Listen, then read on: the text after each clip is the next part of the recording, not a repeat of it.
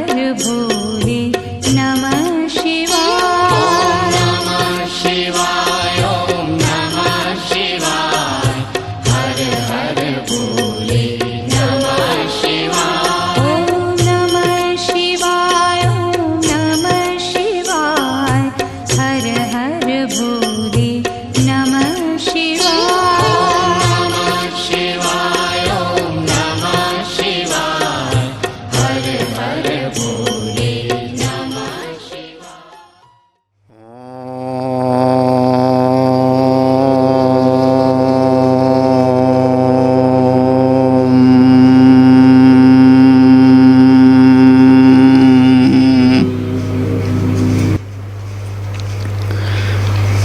परम श्रद्धेय स्वामी जी को प्रणाम। सभी आत्मस्वरूप संतजन भक्तजन, यह कृष्ण यजुर्वेद का काठको शाखा का उपनिषद काठकोपनिषद, जिसमें कुल 2 अध्याय है और प्रत्येक अध्याय में 3-3 वल्ली है, कुल 6 वल्ली है। तो हम लोगों ने अभी तक प्रथम अध्याय, जिसकी 3 वल्ली 3 शाखाएं, उसका हम लोगों ने श्रवण चिंतन मनन किया। दूसरा अध्याय यहाँ से प्रारंभ होता है। कुछ शाखाएं ऐसी हैं जिसमें पहला अध्याय को ही प्रमाण लोग मानते हैं, जहाँ पर वो कहते हैं यहाँ पर अंत में जो एक वाक्य की पुनरावृत्ति हो गई है, तदा अनंत्याय कल्पते, तदा अनंत्याय कल्पते, तो कहते हैं मूल उपनिषद तो यहीं पर पूरा हो गया। तो कुछ ऐसी जगह शाखाएं हैं जहाँ एक ही अध्याय का ज़्यादातर लोग पठन पाठन करते हैं। भगवान भाष्यकार और उनका जो अपना भाव है, उन्होंने पूरे उपनिषद पर भाष्य लिखा। पूज्य स्वामी आनंद गिरि जी ने टीका लिखी, और सभी हमारे जो परम श्रद्धेय आचार्य लोग हैं वो सब पूरा का पूरा स्वीकार करते हैं। तो हम लोग पूरा पढ़ते हैं। हम लोग केवल उतना पहले अध्याय को नहीं, बल्कि संपूर्ण उपनिषद को काठकोपनिषद कहते हैं। हमारे लिए परम आदरणीय परम श्रद्धेय कौन? भगवान जगत गुरु शंकराचार्य जी। उन्होंने जो लिख दिया, अब अपने आप भी उन्होंने कोई ग्रंथ लिख दिया अलग से, तो हम उसको प्रकरण ग्रंथ कह के पढ़ेंगे। आत्मबोध है, तत्वबोध है, विवेक चूड़ामणि है, और जैसे स्वामी विद्यारण स्वामी हमारे श्रद्धेय हैं, उन्होंने अलग से ग्रंथ लिख दिया पंचदशी, हम उसको पढ़ेंगे। तो हमारा जो सिद्धांत है, वो सिद्धांत जहाँ भी वर्णन आता है वो हम स्वाध्याय करते हैं। यहाँ पर सबसे पहले आनंद गिरि जी ने एक जरा सा अवतरणिका दिया, वो आप लोगों में नहीं है, एक पंक्ति में पढ़ता हूँ, वहाँ से शुरू करते हैं। अनादि अविद्या प्रतिबंध प्राक उक्तः अधुना आगंतुक प्रतिबंध दर्शनाय उत्तरवल्ली आरंभ इति संबंधम आह एष सर्वेषु इत्यादि ना। अनादि अविद्या प्रतिबंध, देखो हम लोग हैं जीव, इतना सरल भाषा में समझो, हम सब हैं जीव। जीव माने कौन? पहले कहा था जिसके भीतर कर्ता भोक्ता रूपी यह संसार है, जिसके भीतर अविद्या कामना और कर्म है, जो सुख और दुख में यह जिसका जीवन आ जा रहा है। तो आज के समय में जीव बनकर के हम सुखी दुखी हो रहे हैं।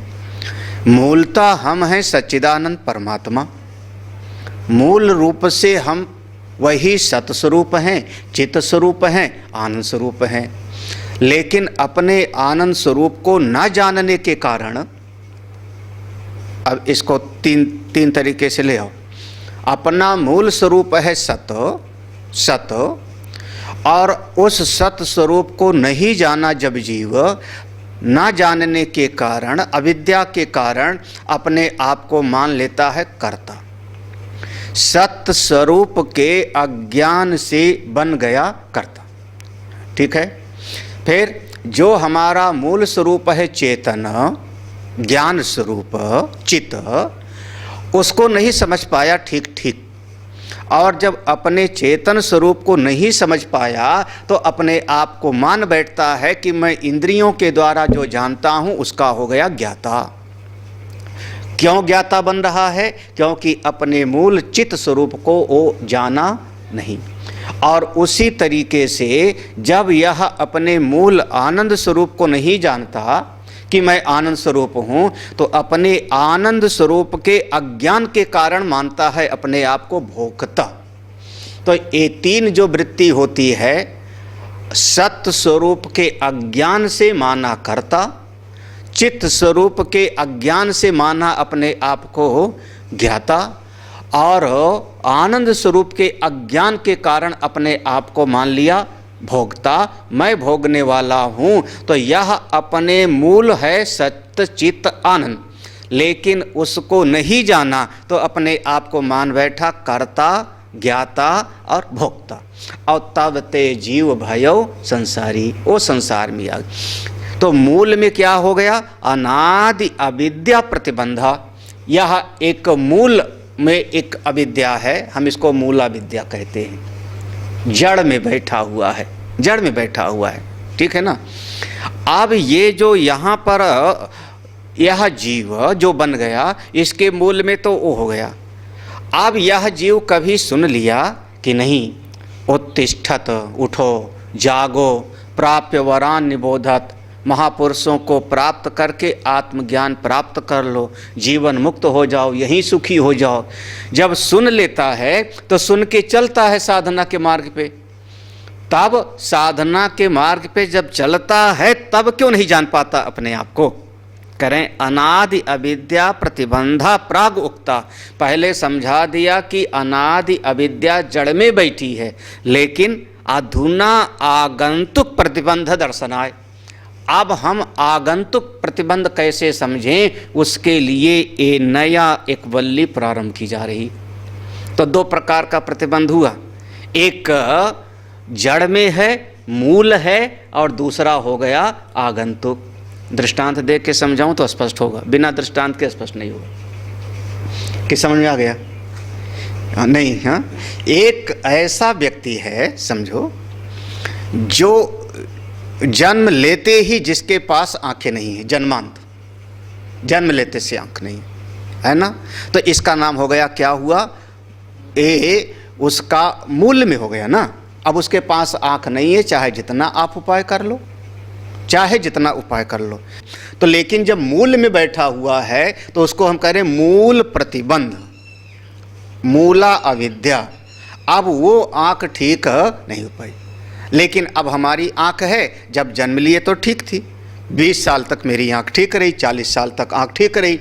बीच में कभी आंख में लाली छा गई, लाली छा गई तो क्या एक रोग बताते हैं?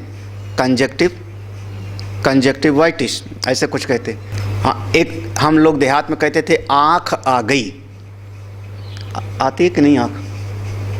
नहीं समझे? आंख आ गई, उसमें लाली छा गई, किरकिरीपन होता है। हाँ, कंजक्टिवाइटिस ऐसे बोलते हैं अंग्रेजी भाषा में। उनका जो है इलाज है, 6-7 दिन उसमें ड्रॉप डालो, ठीक हो जाएगा। वो क्या हो गया? कौन सा प्रतिबंध हो गया? आगंतुक। वो बीमारी आई, हमने दवा किया, ठीक हो गया। मोतियाबिंद आ गया, हमने ऑपरेशन करा लिया, आँख ठीक हो गई। देखने की नज़र थोड़ी कमज़ोर हो गई, हमने लेंस लगवा लिया, आँख ठीक हो गई। तो ये सब जो हमारी आँख में प्रतिबंध आ रहा है, कौन सा है? ये सब आगंतुक हैं। और वह जो पहले से बैठा हुआ है, अगर वो पहले से मूला विद्या होती या मूल में या देखने की शक्ति न होती तो चाहे जितना आप प्रयास कर लेते ये ठीक नहीं होती। तो दो प्रकार का प्रतिबंध, दो प्रकार का प्रतिबंध, एक जड़ में मूल और एक हो गया आगंतुक। अभी भी नहीं समझ में आया? क्लियर? हाँ, मैंने दृष्टांत दिया। अरे हमारा शरीर के अलावा और भी जगत में देख लो। हाँ, एक होता है मूल में प्रतिबंध, तो यहाँ करें जीव के मूल में प्रतिबंध है अविद्या। आगंतुक प्रतिबंध क्या है? जिसके कारण यह जीव परमात्मा को नहीं जानना चाहता, इसको भी बताना चाहिए इसके लिए ये नई वल्ली प्रारंभ की जा रही। ये आज पूज्यपाद हमारे आनंद गिरी जी ने इतना कहा, अनादि अविद्या प्रतिबंधा प्राग उक्ता। अब जैसे देख लो, अब किसी के भीतर जरा सी भी चाह ही ना होवे, साधना का, भजन का, सत्संग का चाह ही नहीं, बचपन से नहीं है, कभी नहीं, कुछ नहीं, तो क्या हुआ, उसके मूल में ही प्रतिबंध बैठा हुआ है। और किसी के भीतर चाह है, वो निकल भी गया वृंदावन, संत के पास बैठ गया, तो सुनते हुए भी क्यों नहीं समझ में आता, तो कौन सा प्रतिबंध होगा, अब आगंतुक होगा। क्यों नहीं समझ में आ रहा है उसको, तो उसमें कोई न कोई बुद्धि की कमी होगी, कोई न कोई अंतःकरण की अशुद्धि होगी। तो आगंतुक प्रतिबंध का पता लग जाए तो उसका निवारण भी करने का उपाय हमको पता लग जाएगा। तो दो प्रकार का प्रतिबंध, एक अनादि और एक आगंतुक। भाष्य में, अब भाष्य देखते हैं, देख लेना कहाँ से। एष सर्वेषु भूतेषु गूढ़ो आत्मा न प्रकाशते दृश्यते त्वग्रया बुद्ध्या इति उक्तम। ये तो शुरुआत में होगा वल्ली के। हाँ, अब ये मंत्र तो याद हो गया सबको ना। एष सर्वेषु भूतेषु गूढ़ो आत्मा न प्रकाशते दृश्यते त्वग्रया बुद्ध्या सूक्ष्मया सूक्ष्मदर्शिभी। ये तो पहले कह दिया ना, बुद्ध्या इति युक्तम। यह जो आत्मा है सभी प्राणियों में समान रूप से है, लेकिन फिर भी वह पता नहीं लगता, दिखता नहीं। कोई बुद्धिमान हो, सूक्ष्म बुद्धि वाला हो, वही जान पाता है। तो कह रहे हैं, कहा पुनः प्रतिबंध। फिर आप बताइए यह बाधा क्या है। कहा पुनः प्रतिबंध, ये बाधा क्या है, कौन सी बाधा। तो वहाँ पर क्या कहा था, दृश्यते त्वग्रया, त्वग्रया बुद्धिया सूक्ष्मया सूक्ष्मदर्शी भी, ऐसा बताया था ना कि एकाग्र बुद्धि से, सूक्ष्म बुद्धि से उस परमात्म तत्व को जाना जा सकता है, दृश्यते, अनुभव किया जा सकता है। तो कह रहे हैं, का पुनः प्रतिबंधो अग्रया बुद्धे है येन तद अभावात आत्मा न दृश्यते इति। करें फिर वह जिस कुशाग्र बुद्धि से, देखो अग्रया बुद्धि, जिस कुशाग्र बुद्धि से, तीक्ष्ण बुद्धि से परमात्मा को जाना जाता है, उस तीक्ष्ण बुद्धि नहीं हो पाती, उसमें क्या प्रतिबंध है। थोड़ा सा भाष्य को समझने की कोशिश करना। वहाँ पर दो बातें कही थी ना, यह आत्मा सबको प्रकाशित नहीं होता। फिर कहा किसको प्रकाशित होगा, तो जिसकी बुद्धि बहुत सूक्ष्म होगी। तो भाष्यकार उस बात को ले रहे हैं कि अग्रया बुद्धि का पूर्ण प्रतिबंधा, ये जो बुद्धि की सूक्ष्मता है वो क्यों नहीं हो पाती, उसमें क्या प्रतिबंध है। एन तद अभावत, एन माने जिस प्रतिबंध के होने पर, एन माने यहाँ पर प्रतिबंध, बाधा, जिस बाधा के होने पर, उसके होने पर फिर आत्मा न दृश्यते, फिर आत्मा का अनुभव नहीं होता। क्योंकि बाधा होगी तो बुद्धि सूक्ष्म नहीं हो पाएगी, जब बुद्धि सूक्ष्म नहीं हो पाएगी तो फिर आत्मा का दर्शन नहीं हो पाएगा। तो हमारी, सीधा प्रश्न कह रहा हूँ, हमारी बुद्धि सूक्ष्म क्यों नहीं हो पाती, गहन बात को क्यों नहीं समझ पाती। हमारी बुद्धि बहुत हल्की फुल्की बात क्यों सुनना चाहता है। अब इसमें अगर कहें तो जो अभी हम लोग तो कथा सुनाते समय तो नहीं बोल सकते ना आप लोग, भागवत सुनाना है या रामायण सुनाना है, शिव पुराण सुनाना है, तो उस समय तो हम ये कहेंगे कि जो गहन विषय वेदों में है वही पुराण में इस तरीके से समझाया है, यही ना। कौन सा वेद, जैसे कठोपनिषद में है कि श्रेय और प्रेय का मार्ग, नहीं समझ में आता तो चलो सरल भाषा में समझ लो। एक राजा थे उत्तानपाद, जिनकी थी दो पत्नियां, एक का नाम सुनीति, दूसरी का नाम सुरुचि। सुनीति, हाँ, सुनीति राजा को प्रिय नहीं थी, प्रिय कौन थी, सुरुचि। ये सारा प्रसंग आता है, सुनने वाले भी खुश, सुनाने वाले भी खुश, बस काम बन गया। असल में बात वही थी कि सुनीति माने श्रेय और सुरुचि माने प्रेय। हाँ, तो कौन सा बाधा है वहाँ पर, तद अभावात आत्मा न दृश्यते इति। तो जिस बाधा के कारण बुद्धि सूक्ष्म नहीं हो पाती, सूक्ष्म नहीं हो पाती तो सूक्ष्म बुद्धि नहीं है। तद अभावात माने सूक्ष्म बुद्धि के अभाव में फिर आत्मा का दर्शन नहीं होता। इति तद अदर्शन कारण प्रदर्शनार्था वल्ली आरभ्यते। तो वह परमात्म स्वरूप का जो अनुभव नहीं होता उसके कारण को दिखाने के लिए इस प्रकरण का, इस अध्याय और इस वल्ली का प्रारंभ किया जाता है।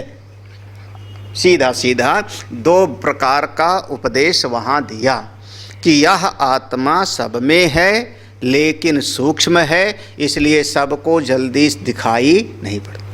उसी को दिखाई पड़ता है जिसकी बुद्धि सूक्ष्म और एकाग्र हो। तो यह सूक्ष्म और एकाग्र बुद्धि क्यों नहीं हो पाती, इस बात को समझाने के लिए ये पूरा प्रसंग अब शुरू किया जा रहा है। ठीक, आगे बढ़ूं? बात पक्की हुई ना? नहीं? तुम्हारे बड़े काम का है। क्यों? क्या देखो, कहते विज्ञाते ही श्रेया प्रतिबंध कारणे तद अपनयनाय यत्न आरब्धुम शक्यते नान्यथा इति। अरे विज्ञाते ही, हाँ विज्ञाते ही, जब जान लेते हैं हम, जब जान लेते हैं किस चीज़ का, श्रेय मार्ग में जो बाधाएं हैं, श्रेय प्रतिबंध कारण, श्रेय के मार्ग में जब मार्ग पे चलेंगे तो वहाँ के रास्ते में जो रोड़ा है उसको जान लेंगे, तभी तद अपनयनाय, तभी उसको दूर करने का यत्न आरब्धुम शक्यते, तभी उसको दूर करने का हम प्रयास करते। जब तक बीमारी नहीं समझ में आएगी तब तक आदमी जो है उसके लिए दवाई कैसे खोजेगा। एक बहुत बड़ी एक समस्या ये है कि जल्दी आदमी बीमार होता है लेकिन उसको जल्दी पता नहीं लगता, है ना, जल्दी पता नहीं लगता।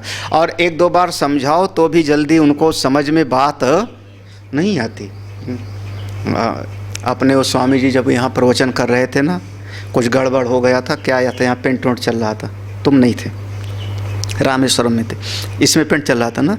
जब फिर मेरे कमरे में 3-4 दिन प्रवचन हुआ तो मैं भी बैठता था वहाँ, तो मैंने उनको देख लिया कि वो ऐसे किताब को, ग्रंथ को ऐसे आँख में ऐसे गड़ा के पढ़ रहे थे। बस इतना देखा था, इतना देखा था जब मैं बैठता था। तब मैंने कहा आँख में समस्या है। फिर उनको जो मैंने कहा तो माने नहीं, बोले सब ठीक है, आयुर्वेद के जानकार हैं, आयुर्वेद के जानकार हैं, सब याद है ना, जड़ी बूटी से ठीक हो जाएगा। अनुपम फिर लेके गया अस्पताल, वहाँ कहा कि आपका मोतियाबिंद है, ऑपरेशन करना पड़ेगा, जल्दी करवा लो नहीं तो समस्या बढ़ सकती है। तो फिर अनुपम ने वहीं से कहा बिना आपसे पूछे नहीं कराएंगे, बिना आपसे पूछे नहीं कराएंगे, क्योंकि गार्जियन में मेरा ही नाम लिखाया वहाँ पे। तो फिर वहाँ से लौट के आए, फिर डॉक्टर लोग का भी संपर्क में आ गए ना, अनुपम के काफ़ी परिचय वाले हो गए वहाँ अस्पताल, इसके बहुत परिचय वाले हो गए।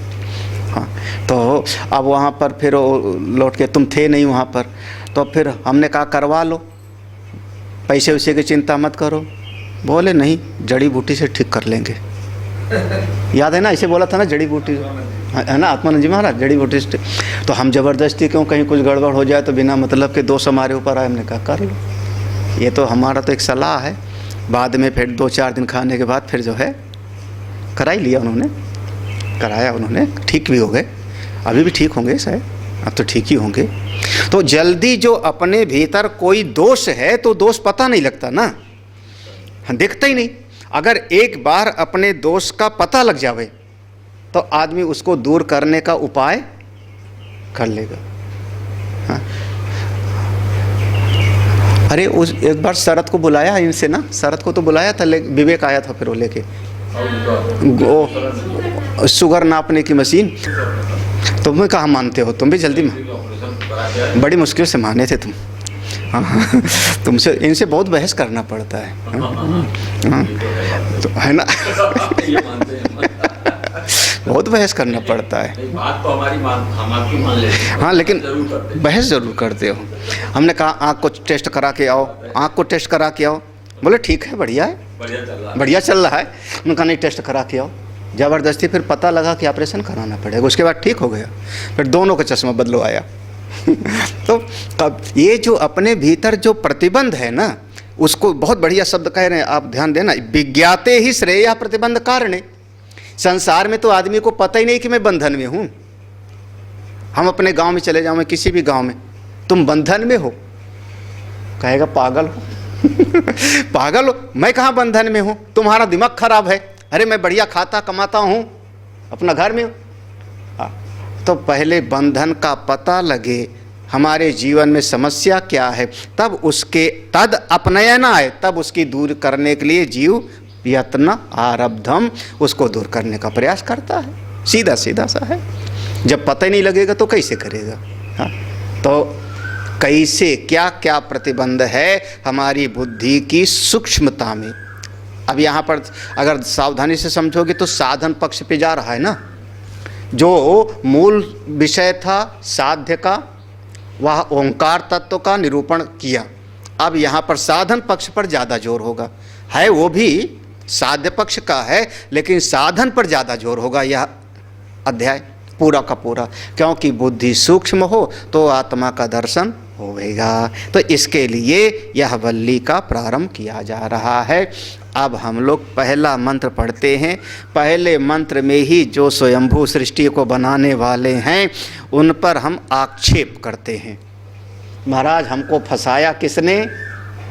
आप ही ने। हाँ, बहुत कुछ करने, हाँ कहते हैं सृष्टि बनाई किसने? बोले भगवान ने। मनुष्य किसने बनाया? बोले भगवान ने। भूख प्यास किसने बनाई? भगवान ने। तो सारी समस्या की जड़ कौन? बोले भगवान। जैसे बाकी लोग आपको कहते हैं महाराज आप ही कृपा करो। हाँ बिल्कुल ऐसे। हाँ महाराज हम पूछे क्यों सत्संग में नहीं आए? बोले आप कृपा ही नहीं करते। जब आप बुलाओगे तभी तो आप पाएंगे। तो सारी समस्या की जड़ कौन? बोले भगवान। बस भगवान पर डालते हैं। देखो शुरुआत किया। बढ़िया है। यह मंत्र जो है हम लोगों को बहुत प्रिय था और बहुत याद था। अभी भी याद है। जब कभी बीच बीच में कभी प्रवचन सुनोगे तो ये मंत्र जो है बीच बीच में हम लोग बोल देते। परांचिखानी व्यतृणत् स्वयंभू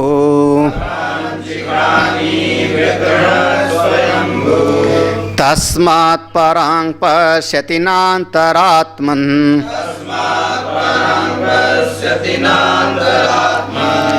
कश्चिद्धीरा प्रत्यगात्मानमैक्षत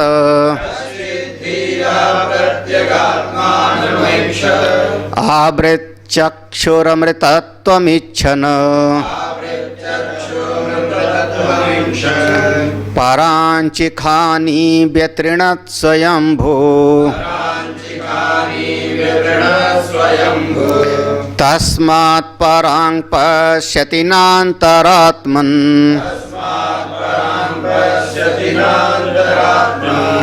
कश्चिद्धीरा प्रत्यगात्मानमैक्षत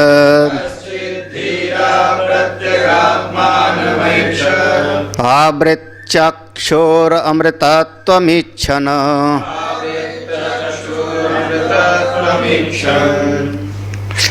श्रुति भगवती बहुत प्रेम से अब उपदेश करती हैं। देखो स्वयंभू, स्वयंभू को सबसे पहले लाओ संबोधन में। स्वयंभू, जो स्वयंभू हैं, स्वयंभू माने जिनका कोई कारण नहीं, जिनका कोई कारण नहीं।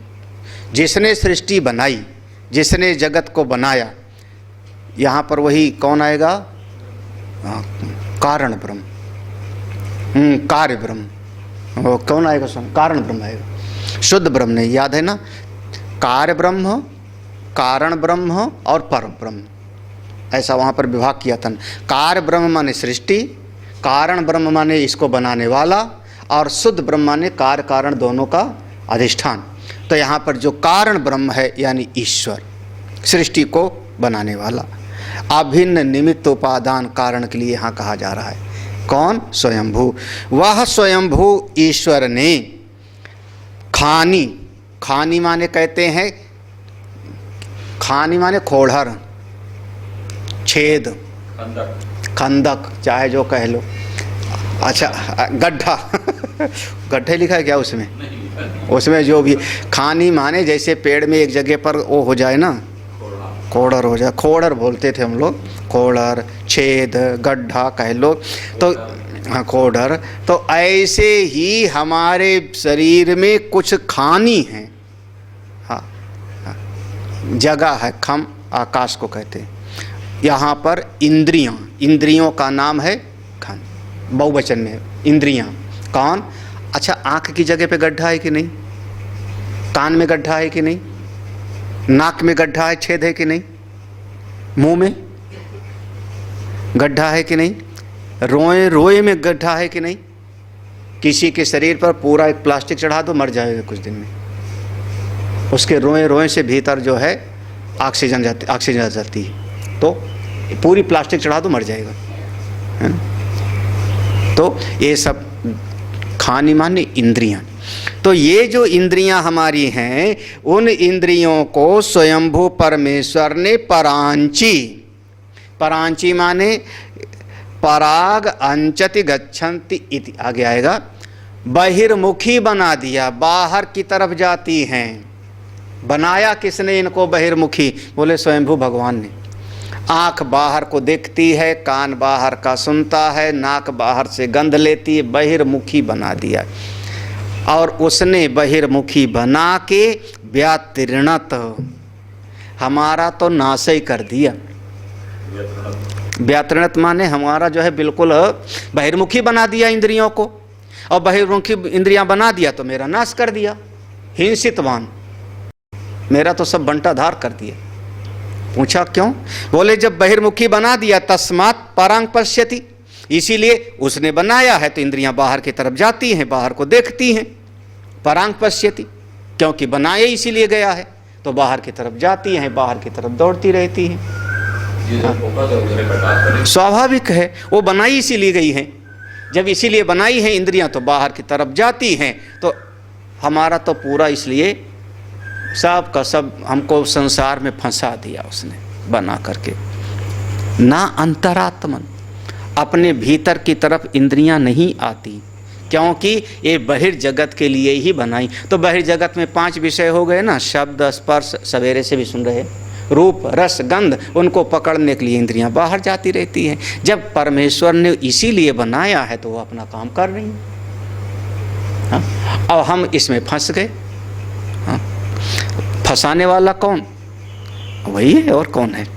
हाँ, लेकिन एक बात है, अब देखो श्रुति भगवती कह रही, ऊपर की पंक्ति में देखो ये कहा, हाँ, कि स्वयंभू परमेश्वर ने इंद्रियों को बहिर्मुखी बना करके मेरा सबका संसार में फंसा दिया, बहिर्मुखी बना दिया, इसीलिए इंद्रियां बाहर की तरफ दौड़ती। लेकिन नीचे की पंक्ति में श्रुति भगवती क्या कहती? कश्चित धीरः, कोई धीर पुरुष, कश्चित, कोई, हजारों लाखों में कोई बिरला। भगवान ने क्या कहा? मनुष्याणाम सहस्रेषु कश्चित यतति सिद्ध है, कोई बिरला, अनेकों में कोई एक, प्रत्यक आत्मानम ऐक्षत, प्रत्यक अपने उस प्रत्यक आत्मा को ऐक्षत देखता है।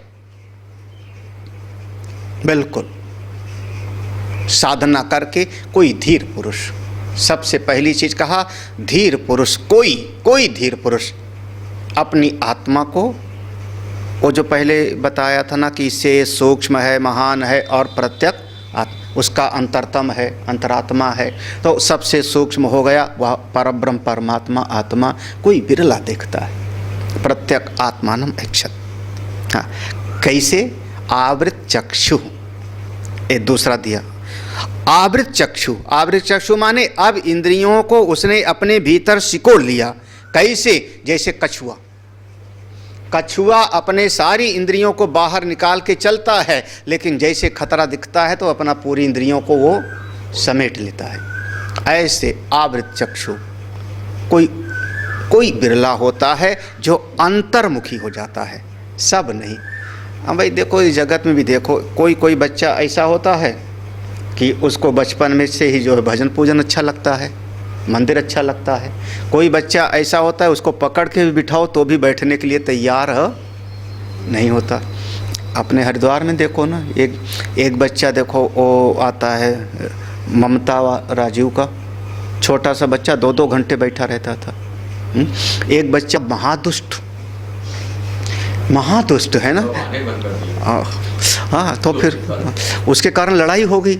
हाँ, उधम करने वाला उसको, वो भी बैठा रहे कमरे में, उसको एक और पकड़ के बैठे। हाँ, सूरज का बहुत प्रिय चेला था वो, नहीं था, अनंतानंद का था, है ना। बताओ इतना। तो एक बच्चा ऐसा होता है, एक ऐसा होता है। तो कौन? ये अंतर्मुखी सब नहीं होते, कोई विरला होता है, कोई विरला। आवृत चक्षु अंतर्मुखी। क्यों हो गया आवृत चक्षु? अपने भीतर क्यों प्रवेश कर रहा है? प्रयोजन क्या है? अमृतत्वम इच्छन।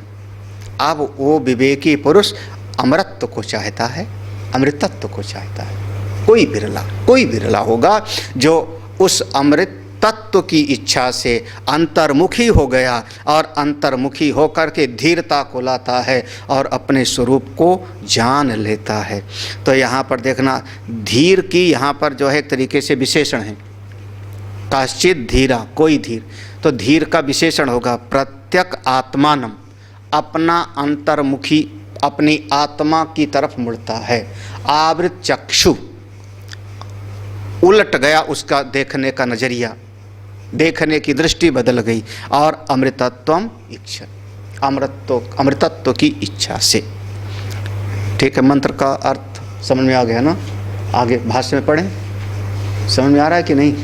हाँ, थोड़ा सुधर जाना। सबसे पहला शब्द है परांची। देखो परांची का कहते हैं, मंत्र के अनुसार देखते जा। परांची पाराक अंचंति गच्छन्ति इति। बस इतने में देखो परांची को कह रहे हैं। फिर खानी के लिए कहा, खानी तद उपलक्षितानि श्रोत्रादीनि इंद्रियाणि खानी इति उच्यन्ति। देखो परांची माने पराक अंचंति। यह जो इंद्रियां है ना, वो बाहर के ही चीज़ों को सींचती हैं। हाँ, जब कभी आप आचमन करते हो तो क्या करते हो? जल लेकर के हाथ में ब्रह्मार्पण करते समय यूँ करते हैं ना हम। पूरा आचमन किया तो यूँ किया ना, पूरा का पूरा। इसको कहते हैं ये इंद्रियां बाह्य विषयों को जाकर के ही वृत्ति व्याप्ति करती हैं। वृत्ति व्याप्ति में क्या? पूरा का पूरा व्याप्त किया ना। किसका? कभी शब्द का, कभी स्पर्श का, कभी रूप का। यानी हमारी इंद्रियां पराक अंचंती गच्छन्ति, बाहर जाती हैं और बाहर उस एक एक रूप और विषय आदि का वह वृत्ति व्याप्ति करती हैं। इनका यही काम रह गया। और वृत्ति व्याप्ति करके वहाँ से ले आती हैं और ला करके इसको भीतर देती हैं। तो विश्लेषण करके समझता है, हाँ ये पुष्प है, यह वृक्ष है, यह पशु है, ये हाथी है। जब ये बुद्धि उसको जान लेती है तो हम कहते हैं फल व्याप्ति हो गई। दोनों बात समझ आ रहा ना। सबसे पहले हमारी इंद्रियां बाहर गई, बाहर जाकर के उस चीज़ को चारों तरफ से जाके व्याप्त कर लेती है। ये नाम हो गया वृत्ति व्याप्ति। फिर हाँ हाँ बिल्कुल आ जाती है गंध, समझ में आ जाता है मुझको। हाँ, अब जिस चीज़ का अभ्यास है, पता है पहले से, महुए का फल गिरा होता है, वो गिरा होता है तो हमको गंध आ जाती है उसकी, पता है ना, आ जाता है ना।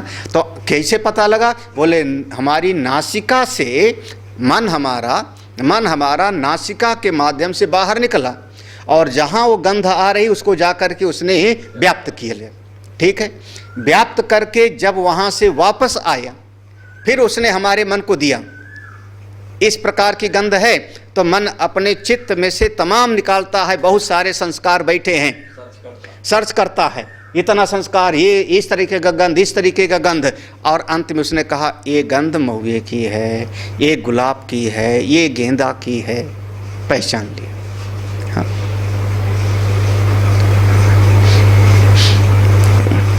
अब अगर हम नाम लें तो शायद सब, अपने आश्रम में एक पेड़ लगा है जिसकी सुगंध बहुत तेज होती है, नाम है गंधराज।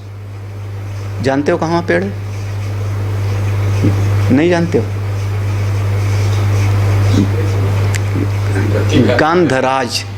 देखो अब हमने नाम लिया, लेकिन वो हम देखो, जो हमारा कान है, कान आपका बिल्कुल, मन आपका कान से निकला, मन आपका कान से निकला, हमारे शब्द को उसने सुना और व्याप्त कर लिया। मैंने शब्द क्या बोला? 5 अक्षरों का गंध राज, यही ना, 4.5 अक्षर 5 गंध राज, एक शब्द बोला। तो आपका मन कान से निकल के मेरे शब्द को व्याप्त किया, इसका नाम हो गया वृत्ति व्याप्ति। अब वापस आकर के और फिर उसने मन को दिया, अब आपने अंदर सर्च किया, ये गंधराज क्या चीज़ है, क्या चीज़ है, क्या चीज़ है। अंत में कहा नहीं पता। नाट, इसका नाम है, इसका नाम कि अब फल व्याप्ति नहीं हुई। समझ, वृत्ति व्याप्ति हुई लेकिन फल व्याप्ति नहीं हुई। ठीक है। और अगर पूर्व से संस्कार आपके चित्त में है, पहले से संस्कार चित्त में है और हमने वही शब्द प्रयोग किया, तुरंत कहोगे हाँ पता है कि कहाँ पर लगा हुआ है। हाँ, अब वो वरुण जी जानते हैं, ओंकारानंद जी जानते हैं। पहले नहीं, तुम्हारा ध्यान नहीं गया था? हाँ? अच्छा, ये हमारा बहुत प्रिय पेड़ था। हम लखनऊ से लेके हरिद्वार लगाए थे, हरिद्वार में लगाए थे और फिर लोग नहीं समझते, काट कोट दिए थे। फिर अभी भी शायद है कि नहीं है, एक किनारे पे है, अभी भी है ना। हम लखनऊ से लेके गए थे लाद करके उसको, तो बहुत सारी चीज़ें इसे, तो वो हमारा प्रिय पेड़। क्या हुआ आपको नहीं पता? गंधराज उधर कहते हैं, सुगंधराज जो कहते हैं, सुगंध। अब सुगंधराज भी जो है ध्यान नहीं होगा। हाँ हाँ, देखो, हाँ अब हरिद्वार का नाम लिया तो जान गए ना, हरिद्वार का नाम लिया तो जान गए ना। तो देखो, अब अगर ये देखो वृत्ति व्याप्ति समझना, हमारा मन किसी भी इंद्रिय से, जैसे मैंने नाम लिया फूल का, तो कान से, आपके जो है कान से गया बाहर, मेरे द्वारा कहे गए शब्द को उसने व्याप्त किया। भीतर आए और नहीं पता लगा, उसका याद नहीं आ रही, तो इसका कहते हैं फल व्याप्ति नहीं हुई लेकिन वृत्ति व्याप्ति हुई। ठीक है ना। अब पता लग गया तो हम कहेंगे वृत्ति व्याप्ति भी हुई और फल व्याप्ति भी हुई। ठीक है ना। ऐसे मन हमारा आँख से निकलता है, रूप को देखता है, कान से निकला शब्द को व्याप्त करता है, नासिका से निकलेगा गंध को व्याप्त करता है, जिह्वा से निकला तो स्वाद को व्याप्त करता है, रस को व्याप्त करता। अब बहुत सारी चीज आपको दे दें, मैं चखो। अब आपकी, हाँ, आच्छादित करना, हाँ, उसको व्याप्त किया, इसीलिए कहा परांग अंचति। अच्छा, बहुत बढ़िया, बहुत सटीक शब्द है। बाहर जाके वृत्ति व्याप्ति किया आपने उसको चख लिया, चख लिया, स्वाद भी आ गया। हमने पूछा किस चीज का स्वाद है? हाँ, और जिसने जलेबी कभी ना खाई हो, फिर वो चुटकुला नहीं सुनाया कि अंग्रेज से ने पूछा कि इसमें ये शीरा कैसे भरा, तो दूसरे अंग्रेज ने कहा इंजेक्शन में भर करके इसके अंदर घुसे। है ना, यही ना। अब जिसने नहीं जाना है उसको कैसे बताओगे? तो वृत्ति व्याप्ति और फल व्याप्ति ये प्रतिक्षण चलता रहता है, सेकेंडों में लगातार चल रहा है ये दृश्य आपके जीवन में। तो हमारा जो मन है इंद्रियों के थ्रू जाता है, जाके वृत्ति व्याप्ति करता है, इसी का नाम है बहिर्मुखता। और निरंतर जा रहा है, कान जा रहा है, हमारा जो है आँख जा रही है, ये सब इसी का नाम है परांची। परांची माने आपकी इंद्रियां बाहर की तरफ एक एक करके दौड़ती जा रही हैं, गच्छन्ति। कौन? देखो, खानी, खानी माने ताद उपलक्षितानि श्रोत्रादीन इंद्रियाणि खानी इत्युच्यन्ते। खानी माने वह जगह, गोलक, गोलक जहाँ पर रहती हैं। और इनसे कहा गया सभी इंद्रियों को, सभी इंद्रियों में खास करके 5 इंद्रियों को लिया। श्रोत्रादीन इंद्रियाण, कर्म इंद्रियों को नहीं ले रहे हैं आप। श्रोत्रादीन इंद्रियाणी, जो ज्ञानेंद्रियां हैं वही सब यहाँ पर खान शब्द से कही गई हैं। और वो सब के सब बाहर की तरफ दौड़ती रहती हैं, बाहर की जगत की तरफ चलती रहती है, यानी बहिर्मुखता हो गया। हाँ, वो बाहर की जगत में भागती रहती हैं। खानी इत्युच्यन्ते। आगे देखो अगली पंक्ति में कहते, इसलिए तानि परांचेव शब्दादि विषय प्रकाशनाय प्रवर्तन्ते। तानि परांच एव, तो ये जितना इंद्रियां हैं वो सबका सब परांच एव, बाहर के विषयों को ही, कौन सा? शब्दादि विषय प्रकाशनाय, शब्द आदि जो शब्द स्पर्श रूप रस गंध आदि हैं उन्हीं का प्रकाशन करने के लिए एक काम करती रहती हैं, उन्हीं को पकड़ने के लिए दौड़ती रहती हैं, बार बार दिन भर सवेरे से शाम तक बस पांचों इंद्रियां पांचों विषयों की तरफ दौड़ती रहती हैं।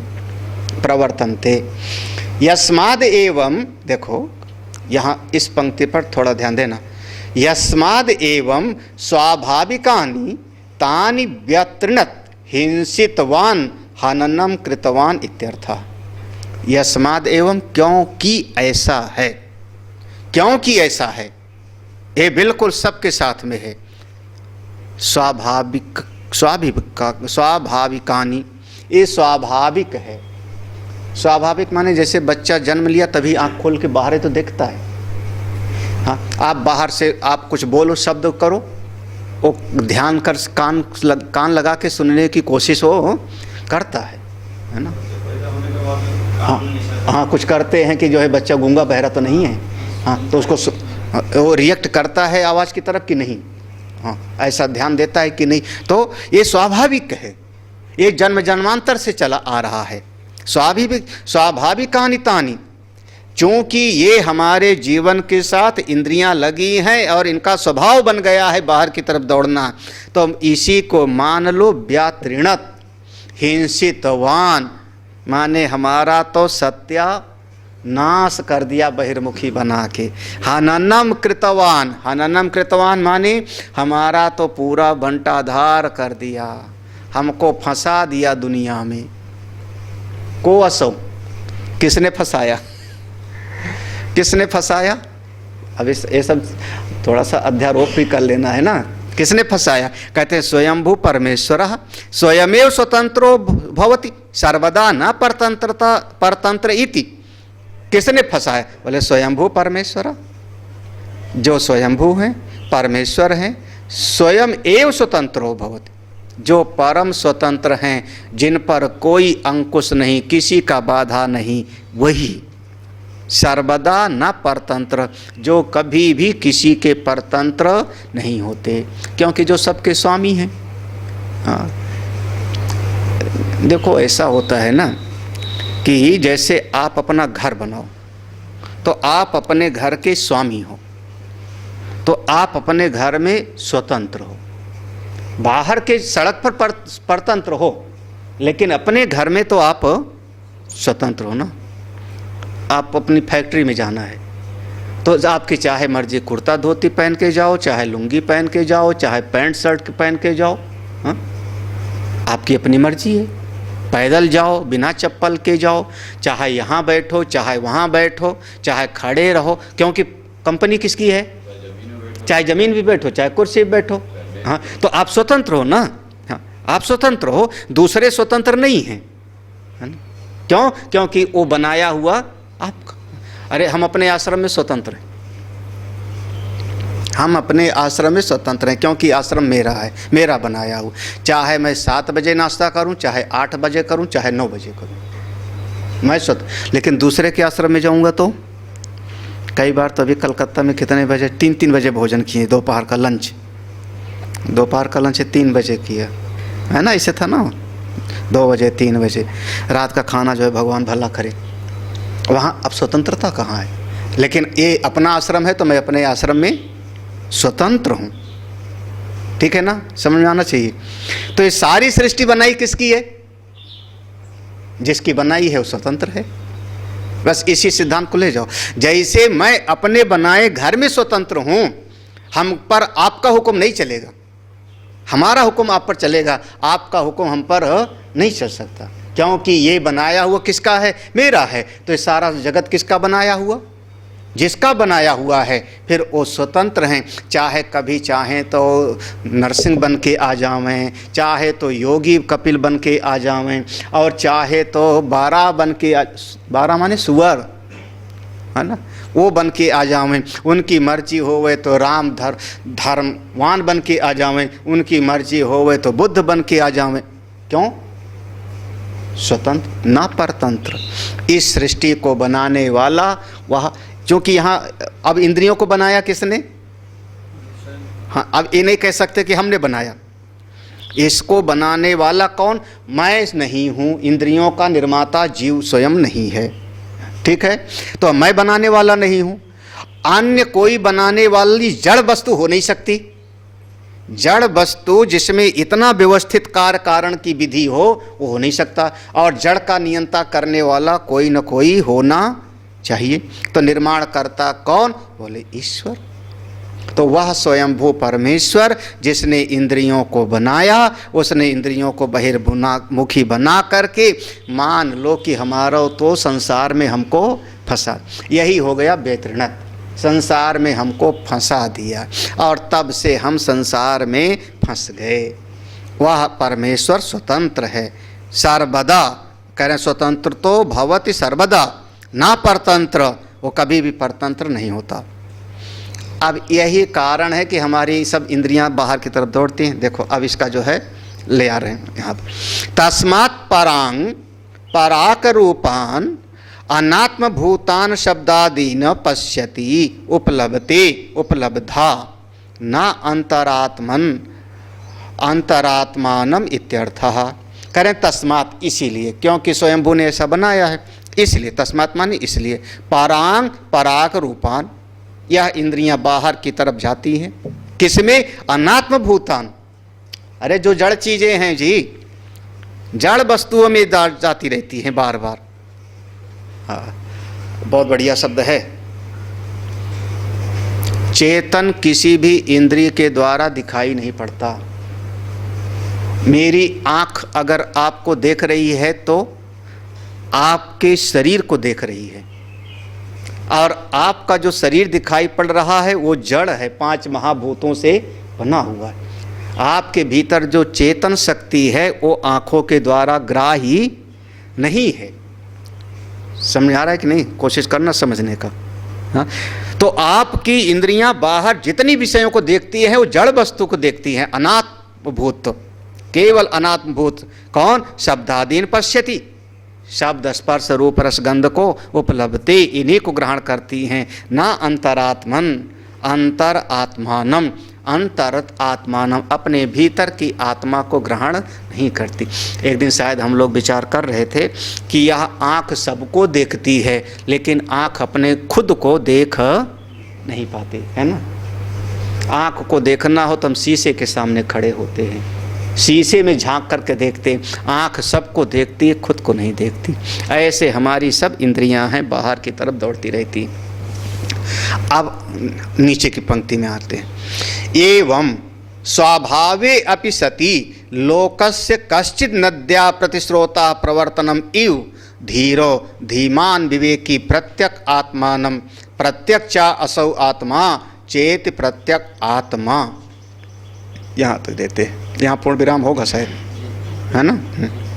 एवं स्वभावे अपि, इस प्रकार से इंद्रियों का बहिर्मुखता का स्वभाव होने पर भी, इस इंद्रियों का बहिर्मुखी स्वभाव होने पर भी, कहाँ पर? लोकस्य, इस जगत में कोई विरला होता है जो उल्टा चल पड़ता है, अंतर्मुखी हो जाता, कोई विरला।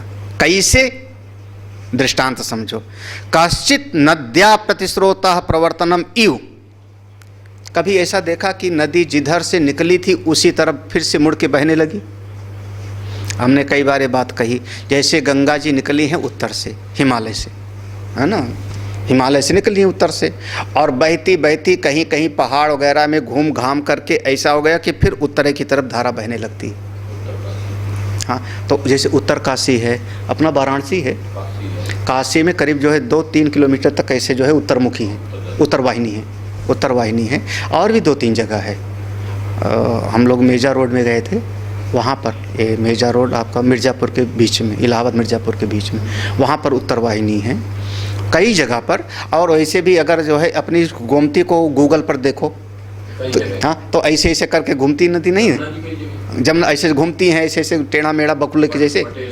हाँ, तो ऐसे कोई भी नदी, यही कश्चित नद्या, कोई भी नदी जहाँ से निकली है कभी घूमते घूमते अपने उसी की तरफ भी मुड़ जाती है, ये भी संभव है। उसी प्रकार से कश्चित नद्या प्रतिस्रोता, वो जगह बहुत पवित्र मानी जाती है, हाँ, उत्तर काशी, काशी है ना, बहुत वो कहते हैं यहाँ पर अगर कोई साधना करे तो बहुत जल्दी सिद्ध होगा। मंत्र सिद्ध वगैरह करना हो, कोई भी साधना करना हो, तो जहाँ पर अपने स्रोत की तरफ नदी मुड़ जाती है उस जगह पर बहुत पवित्र माना जाता है, वहाँ बहुत जल्दी होता है ना। हाँ, उत्तर काशी में, हाँ जी, उत्तर वाहिनी है। वो गूगल से देखो जो है अपना वो नक्शा रख करके कंपास से, तो उत्तर वाहिनी है। उत्तर काशी में, काशी में है। काशी में करीब जो है 2 किलोमीटर तक हैं। ये तो काशी वाले हैं, रामानंद वगैरह। हाँ, तो वहाँ करीब 2 किलोमीटर तो ऐसे घूमती हैं। हाँ हाँ, 4-5 किलोमीटर है, 4-5 किलोमीटर उत्तर वाहिनी। फिर बल, हाँ हाँ, फिर बलुआ घाट कोई है, वहाँ से जो है फिर पूरब हो जाती है। हाँ, तो ये, हाँ, अब वो सब वहाँ, तो वो जगह बहुत सिद्ध हो गया ना। कश्चित नद्या प्रतिस्रोता प्रवर्तनम इव, बहुत बढ़िया ये बता। बिल्कुल उसी प्रकार से हम लोग जहाँ से आए हैं, तो क्या कह रहे हैं, जहाँ से आए हैं नीचे की तरफ, और जब अपने उसी तरफ मुड़ जावे तो समझना आप धीर हो गए। कैसे, प्रवर्तनम इव धीरा धीमान विवेकी प्रत्यक हम लोग आत्मा है, चेतन है, उस चेतन से फिर हमारे भीतर अंतःकरण हुआ, फिर इंद्रिय बनी, मन बुद्धि बना, फिर बाहर की तरफ बहने लगे, और जब उस अपनी आत्मा की तरफ मुड़ गए, प्रत्यक आत्मानम, अपने प्रत्यक आत्मा की तरफ मुड़ गए तो समझना पवित्र हो गए। यहाँ पर है प्रत्यक आत्मानम, इस मंत्र में जो एक शब्द है ऐक्षत, उसको यहाँ समझ लो, प्रत्यक आत्मानम ऐक्षत।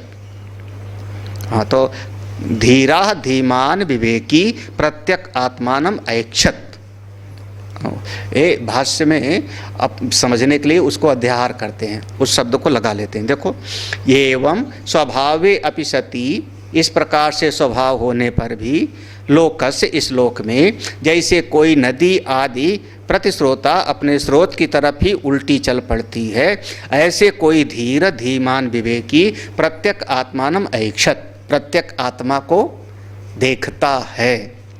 हाँ, फिर प्रत्यक माने प्रत्यक चा असौ आत्मा चेत चा इति प्रत्यक आत्मा, ये प्रत्यक आत्मा की व्याख्या हो गई।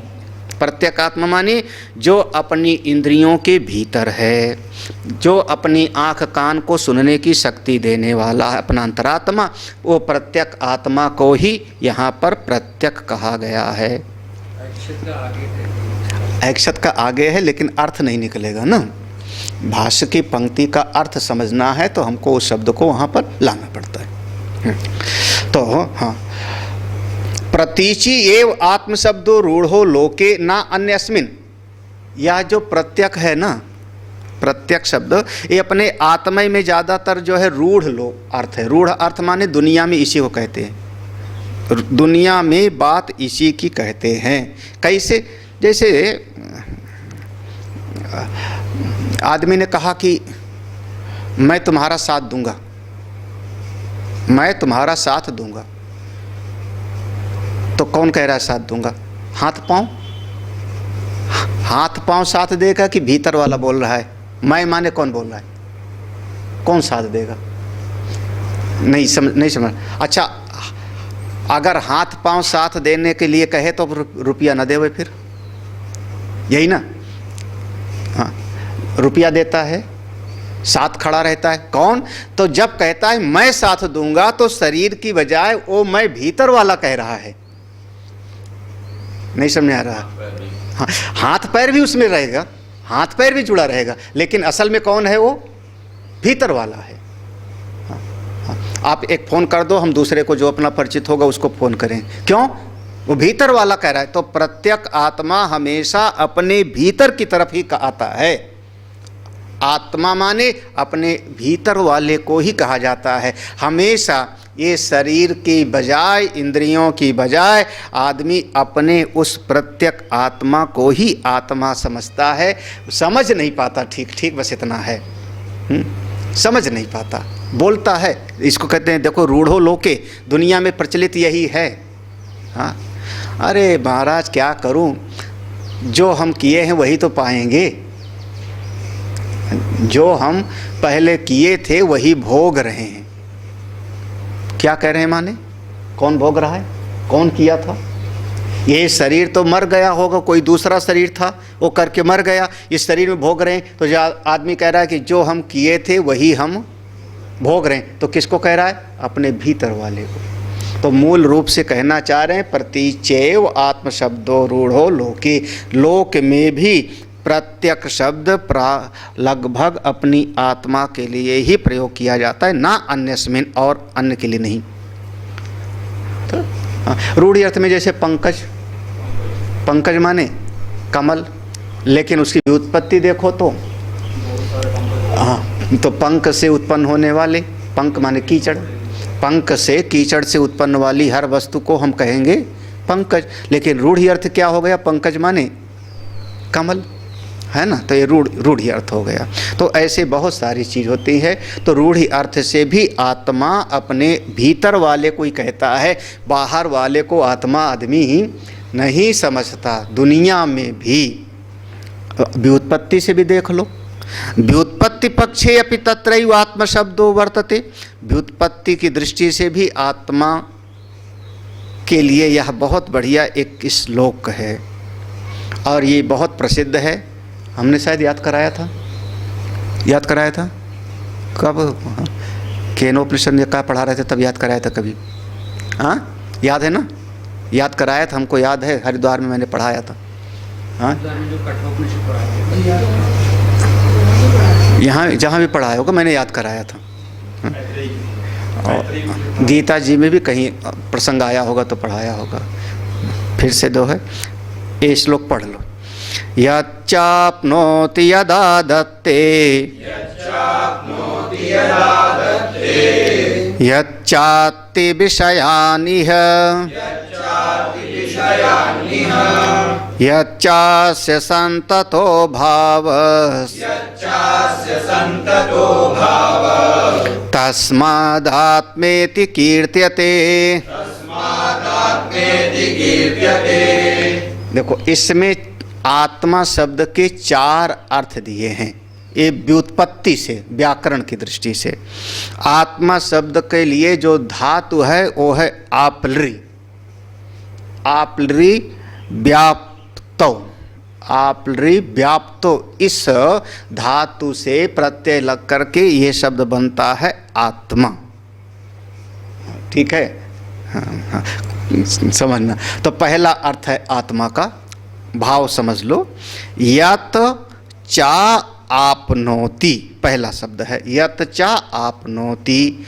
आपनोति माने जो सबको व्याप्त करता है उसका नाम है आत्मा। जैसे आकाश, आकाश माने क्या कहोगे? जो सबको सब में समाया है उसको आप आकाश कहोगे। तो हम आत्मा क्या कहते हैं? आत्मा माने जो सबको व्याप्त करता है वो है आत्मा। आत्मा यानी यह व्यापक अर्थ में है, पहला अर्थ है। दूसरा है आदत्ते, यत आदत्ते। आदत्ते कहते हैं संघरति स्वात्मन येव सर्वम इति जगत उपादानम लभ्यते। ये सारे जगत का जो उपादान कारण है। हाँ, आदत्ते माने कहते हैं जो खा जाता है सबको, सीधा सीधा है। हाँ, कौन सा धातु होगी? अधभक्षणे। हाँ, हाँ, हाँ, ऐसे होगा ना। तो जो सबको अपने में निकल जाता है। तो कोई भी जो कार्य होता है कहाँ जाके समा जाएगा? कारण में। हमेशा समझते हो। तो सारी सृष्टि, ये सारा जगत बना किससे? आत्मा से, सबके मूल में वही। तो सारा संसार जाके समा किस में जाएगा? अपने कारण में।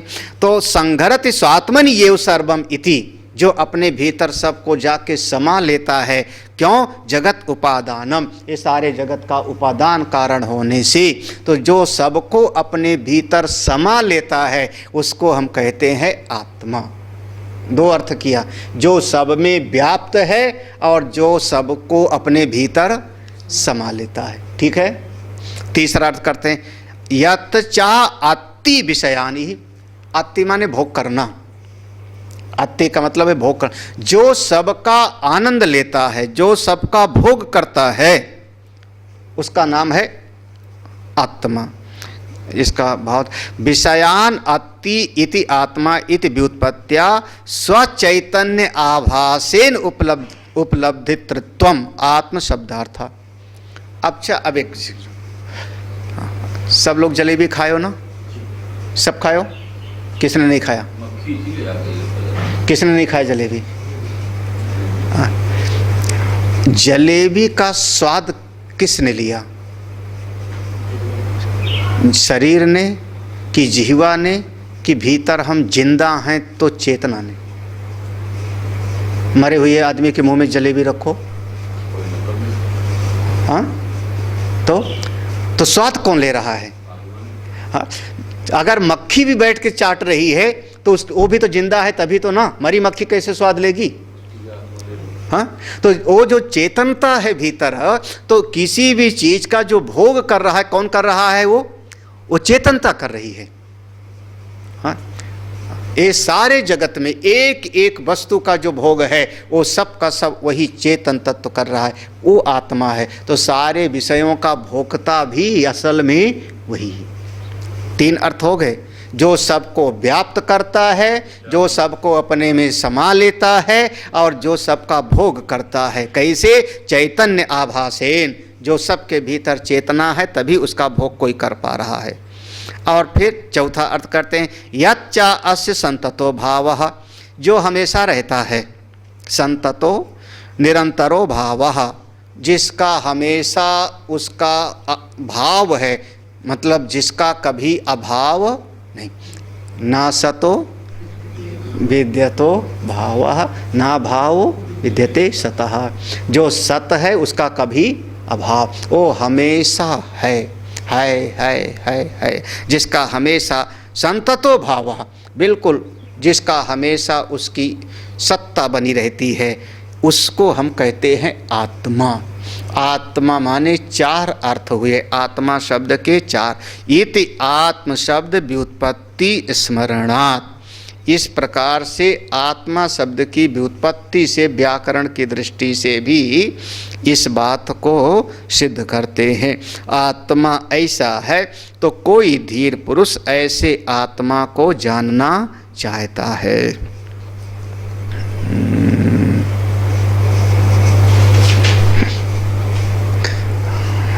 क्या करूं, पूरा पढ़ना है?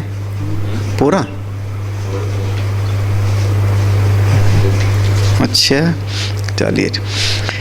तम प्रत्यक आत्मानं स्वं स्वभावम ऐक्षत अपश्यत पश्यत इत्यर्थ। तम प्रत्यक आत्मानं, उस अपने प्रत्यक आत्मा को, जैसे अपने आत्मा का वर्णन किया इस श्लोक में, उस आत्मा को स्वयं अपने आत्मा को ऐक्षत देखता है, अपश्यत देखता है। अरे वर्तमान में ले आओ, पश्यत इत्यर्थः छंदस्य काल अनियमात। यहाँ पर जो मंत्र में है ना, मंत्र में है ऐक्षत, ये भूतकाल में है। ऐक्षत माने भूतकाल, तो भूतकाल में भाव ये हो जाएगा कि जो बीता हुआ हो गया। तो कह रहे हैं ये छांदस्य है, वेद में ऐसा लिखा है, इसका अर्थ वर्तमान में ले आओ, पश्यति शब्द पर ध्यान देना ना। ऐक्षत तो उसका शाब्दिक अर्थ क्या हो जाएगा? अपश्यत। अपश्यत माने भूतकाल में चला जाएगा, माने कभी देखा था अब नहीं देख रहा है, तो कहते नहीं पश्यति इति अर्थः, बिल्कुल अनुभव होता है। कोई धीर पुरुष अपनी आत्मा को इस प्रकार से अनुभव करता है।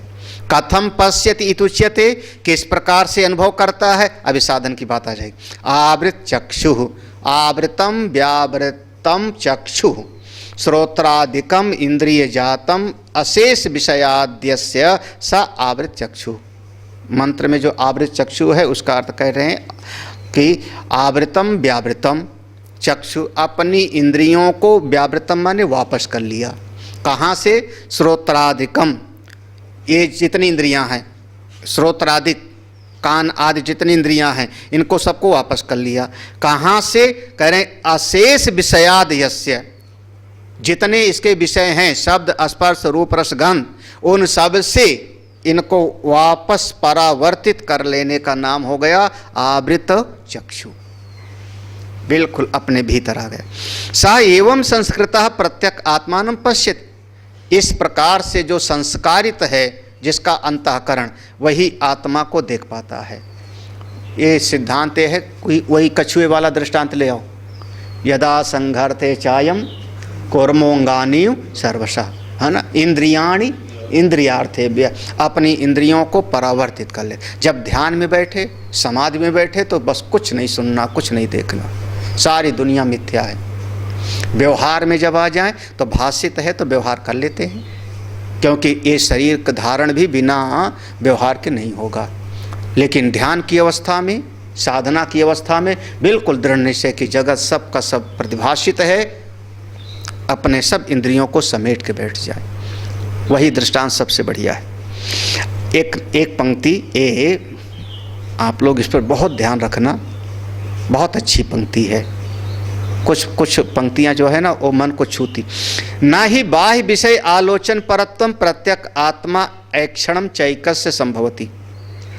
ना ही, यहाँ पर ना कुछ बात में लेना, बाह्य विषय आलोचन परत्वम, कोई ऐसा है जो बाहर के विषयों में बार बार उसका विश्लेषण करता रहे, इसने ये किया, उसने वो बोला, उसने वो हमारी चीज़ तोड़ दी, उसने ऐसा किया, तो बाहर के विषयों में जिसका मन हमेशा लगा रहेगा, प्रत्यक आत्मा ऐक्षणम च एकस्य न संभवती, तो बाहर का विषयों का विश्लेषण भी करता रहे और अपनी आत्मा का ऐक्षण भी करे, ये दोनों न संभवती, दोनों एक साथ संभव नहीं।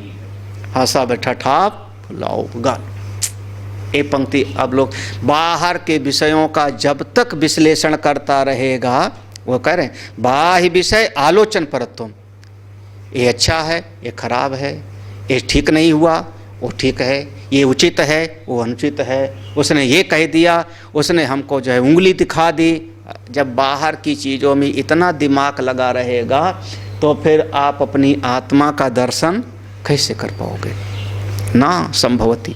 प्रत्यक आत्मा ऐक्षणम च एकस्य, एक ही व्यक्ति के द्वारा, दूसरा करता है तो देखे जाए मरे, अपना जन्मे मरे, हमको क्या करना। एकस्य, एक ही व्यक्ति, ये दोनों एक साथ नहीं कर सकता, एक साथ नहीं हो सकता। तो फिर तो अगली पंक्ति कहते किमर्थम पुनः इत्थम महता प्रयासेन स्वभाव प्रवृत्ति निरोधम कृत्वा धीरः प्रत्यक आत्मानं पश्यति इति उच्यते। किमर्थम, इसका भाव क्या हुआ? कहते हैं पुनः इत्थम महता प्रयासेन, थोड़ा इसके लिए ज़्यादा प्रयास करो, इसके लिए खूब ज़्यादा प्रयास करो।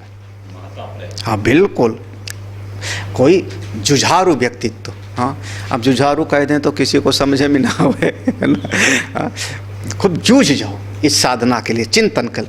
महता प्रयासेन, कैसे, क्यों? स्वभाव प्रवृत्ति निरोधम कृत्वा, जो इंद्रियों का स्वभाव है बाहर की तरफ भटकना, उस पर विजय पाओ, निरोध करो। स्वभाव निरोध, जो स्वभाव है, हाँ अब किसी का उछलने का स्वभाव है, किसी का लड़ने का स्वभाव है, किसी को कड़वा बोलने का स्वभाव है, तो अपने स्वभाव पर विजय पाओ।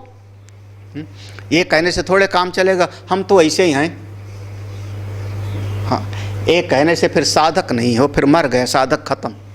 हाँ स्वभाव प्रवृत्ति निरोधम कृत्वा, शब्द देखना, स्वभाव, आपका जो स्वभाव पर उस पर विजय पाओ। हाँ अगर निरोध कर सकते हो तो धीर हो, और नहीं तो फिर आप संसारी रह गए, फिर साधारण व्यक्ति रह गए। फिर वही हो जाएगा कि फिर उसने हमको ऐसा बहिर्मुखी बना के नष्ट कर दिया। कष्ट कृत्वा धीरा प्रत्यक आत्मानं पश्यति, वो कोई बिरला ऐसा अपने स्वभाव पर विजय पा करके फिर इसको देखता है। हम दृष्टांत क्या देते हैं? परिवर्तन की बात है। हाँ बिल्कुल, दृष्टांत क्या देते हैं? ज़्यादातर हमारा जो दृष्टांत है, जल का स्वभाव है नीचे की तरफ बहना, कई बार सुना है प्रवचन में, जल का स्वभाव है नीचे की तरफ बहना, लेकिन अगर उसको ऊपर उठाना हो, टंकी में ले जाना हो, तो आप मोटर लगाओ, उठता है, क्यों नहीं उठता? नीचे की बजाय वह जल ऊपर की तरफ जा रहा है, आपको बल लगाना पड़ेगा, बिजली है, मोटर है, बल लगाओ, चढ़ेगा। हाँ स्वभाव तो है, स्वभाव पर विजय पाया जा सकता है, बिल्कुल। अंतिम, अमृतत्वम अमरण धर्मत्वम नित्य स्वभावताम इच्छन आत्मना इत्यर्था। प्रयोजन क्या है? क्यों इतना महत प्रयास करे, इतना घोर परिश्रम क्यों करे, जूझे क्यों? बोले अमृतत्वम, अमरण धर्मत्वम, अगर आप अमरत्व चाहते हो तो, और श्रेष्ठ पद चाहते हो तो ऐसा करो। अब जितने बड़े बड़े खिलाड़ी हैं, चाहे टेबल टेनिस को हो, फुटबॉल के हो, चाहे क्रिकेट के हो, उनको कोई पैसे की कमी है? पैसे की कोई कमी है? फिर भी वो 4-4 घंटे क्यों जा कर के वहाँ खेलते रहते, पसीना बहाते हैं, जूझते। सुना है कि नहीं ऐसा? अभी बम्बई में लता मंगेशकर का घर दिखाया, याद है ना, बताया ना बस में, वही लता मंगेशकर का घर, लता मंगेशकर का घर दिखाया, बाहर से, अंदर नहीं जाने को। तो अब इस उम्र में वो 90 साल की हो रही होंगी, अभी वो 4 घंटा सवेरे बैठ करके तानपुरा लेके रियाज करती हैं। क्यों? उनके लिए जो है, उनको किसी चीज़ की कमी है? सम्मान की, मान की, पैसे की, किसी चीज़ की कमी है? भारत रत्न प्राप्त हुआ है, उसके बावजूद अभी भी 4 घंटे वो रियाज करती। क्यों? बोले भाई उनको कुछ ऐसा लगन है। हाँ, तो फिर तो इसमें बिल्कुल लगना पड़ता है। अमृतत्वम अमरण धर्मत्वम, अगर आप चाहते हो तो जूझना पड़ता है। यहाँ पर मत कह दो हम तो ऐसे ही हैं, अब ऐसे से काम चलाओ। समझ रहे हो ना कि नहीं? हम तो सवेरे 8 बजे सो के उठते हैं महाराज, आपके आश्रम में भी 8 बजे सो के उठेंगे, हम ऐसे ही हैं, 8 बजे सो के उठेंगे, है ना? तुम्हारा मित्र था ना, वो कहाँ गया आजकल? हाँ, आज याद आ रहा है हमको सवेरे से, आलोक का, विवेक का मित्र है।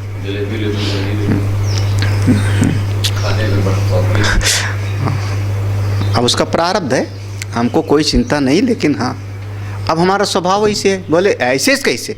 आप अपने स्वभाव पे, हमारा तो स्वभाव है कड़वा बोलता हूँ, सीधा बोलता हूँ। अरे हमारा तो स्वभाव है ऐसा कि जिसको चलूँगा अपना अड़ंगी मारता चलूँगा एक लात से। बोले इस स्वभाव पर विजय पाओ। अगर आप उस परम तत्व को पाना चाहते हो तो उस परम पद पे पाना चाहिए। अमृतत्वम अमरण धर्मत्वम, जो आपका अमृतत्व स्वरूप है, नित्य जो असली तत्व है, स्वभावताम वास्तविकता है, नित्य स्वभाव वाला है, उसको अगर इच्छन उसको चाहते हो तो अपने इस पर साधना में लग जाओ। जो इंद्रियां हैं स्वभाव से बहिर्मुखी हैं, इनको बनाने वाले ने बहिर्मुखी बना दिया है। आप इनको, जो इनकी आदत है, इस पर आप अगर साधक हो, धीर हो, अंतर्मुखी हो, अमृतत्व को चाहते हो, तो इनको आप साध लो, इनको साध लो, आप आगे बढ़ जाओगे। चलो जी। ओम पूर्णमदः पूर्णमिदं पूर्णात् पूर्णमुदच्यते